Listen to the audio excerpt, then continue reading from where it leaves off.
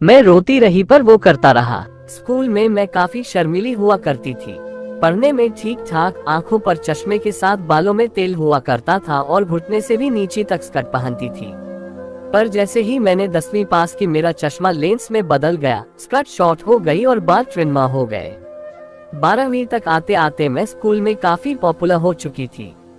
कहने का मतलब है कि मैं एक भद्दी लड़की से खूबसूरत सिंड्रेला बन चुकी थी। बोर्ड का एग्जाम खत्म होने के बाद छुट्टियां बिताने के लिए मैं अपनी कजिन के यहाँ चली गई।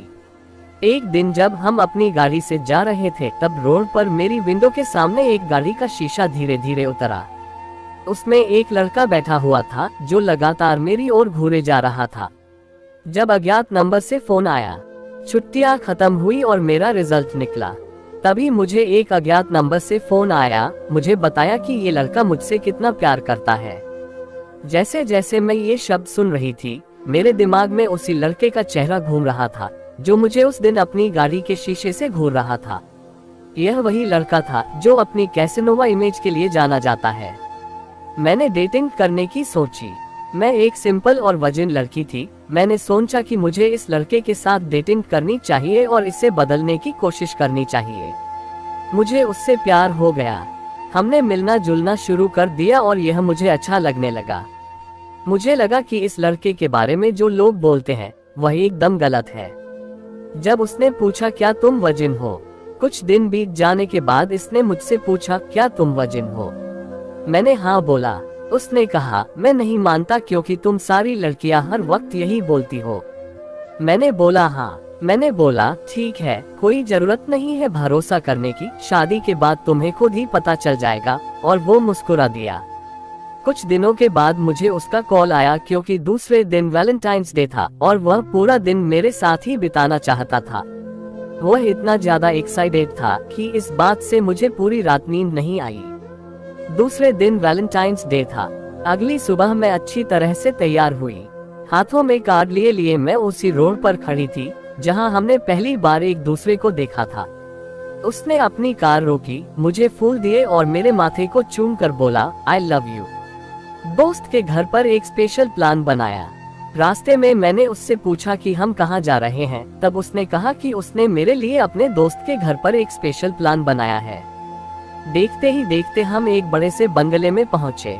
मैंने देखा कि दरवाजे से एक लड़का निकला और दोनों ने एक दूसरे को आंख मारी और उस लड़के ने बोला, ऑल द बेस्ट भाई, एंजॉय।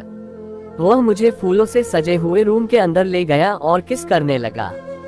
हमने केक काटा। मैं उससे बोलने वाली थी कि मैं उससे बेहद प्यार करती हूँ क्योंकि वह मेरी लाइफ का पहला प्यार है। उसने मेरी जीन्स की बटन खोल दी, लेकिन वह मेरी जीन्स के बटन खोलने में इतना बिजी था कि वह कुछ भी सुनने के लिए तैयार ही नहीं था। मैंने बोला कि मैं अभी इस चीज के लिए अभी रेडी नहीं हूँ, लेकिन वह यह चेक करना चाहता था कि मैं वजन हूँ या नहीं। मैंने उससे लड़ने की कोशिश की, उसे दूर जाना चाहा, लेकिन उसने मुझे बिस्तर पर धक्का दे दिया। मैं बिस्तर के किनारे पर पड़ी थी और उसने मुझसे वहीं पर बलात्कार किया। मैं रो रही थी और छोड़ने की जिद कर रही थी, लेकिन वह एक नहीं सुन रहा था। जब उसने मेरा रेप करना बंद कर दिया तब उसने कहा, wow, you really are a virgin. मैं उठी और इतना रोई कि मेरी आंखों पर लगा मेकअप पूरी तरह से फैल गया। सब कुछ खत्म होने के बाद उसने मुझे उसी जगह पर लाकर छोड़ दिया जहां से उसने मुझे उठाया। उस दिन मैंने अपनी मासूमियत खो दी। मैंने इस दिन की कल्पना कभी नहीं की थी। मैंने शादी कर ली, पर यह क्या हुआ?